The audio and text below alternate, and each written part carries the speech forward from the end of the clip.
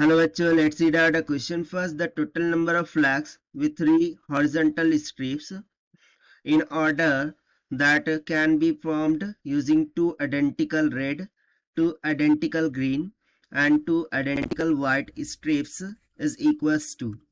So हमें यहाँ पर टोटल नंबर ऑफ फ्लैग्स निकालने हैं जिसमें 3 हॉरिजॉन्टल स्ट्रिप का यूज किया गया है, यानी कि बेसिकली जो फ्लैग होता है वो तो वर्टिकल स्ट्रिप से बनता है ना, बट यहाँ पर हॉरिजॉन्टल स्ट्रिप से बनाया गया है।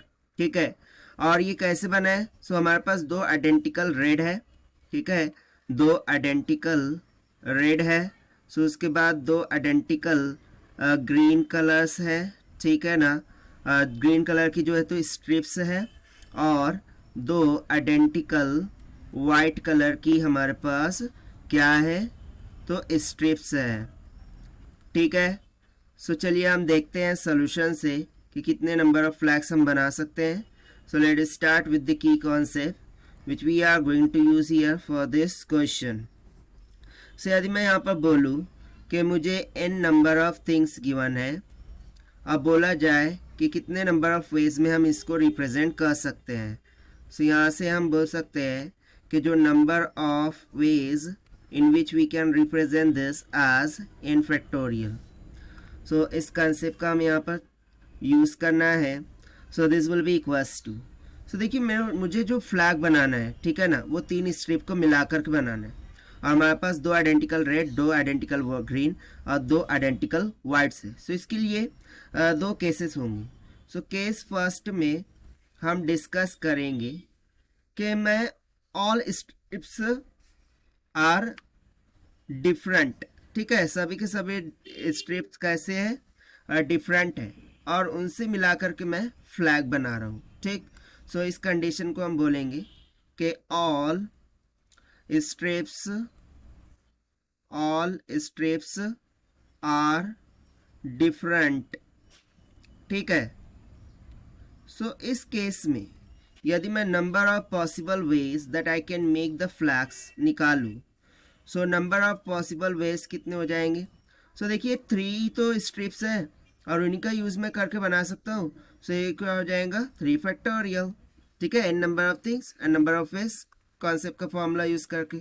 ठीक, उसके बाद केस सेकंड डिस्कस करते हैं। केस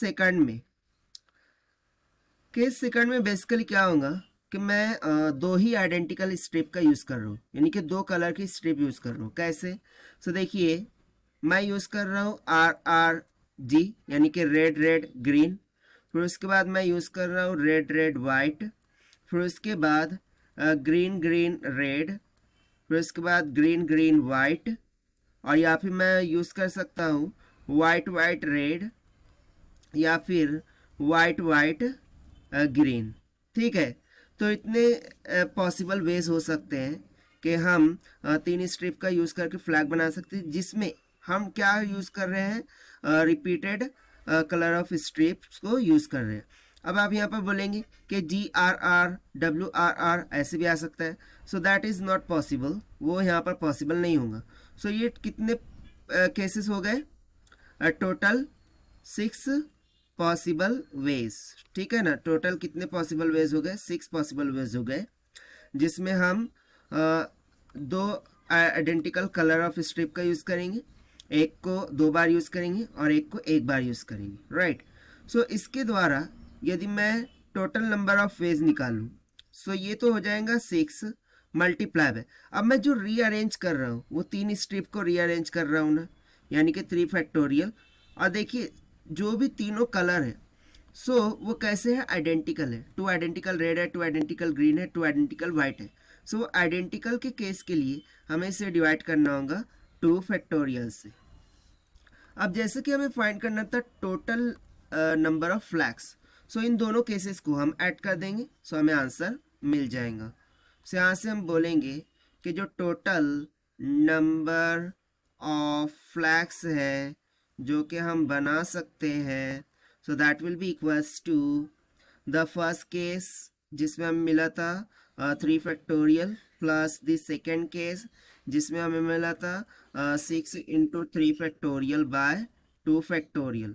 सो इसे सिंप्लीफाई करते हैं।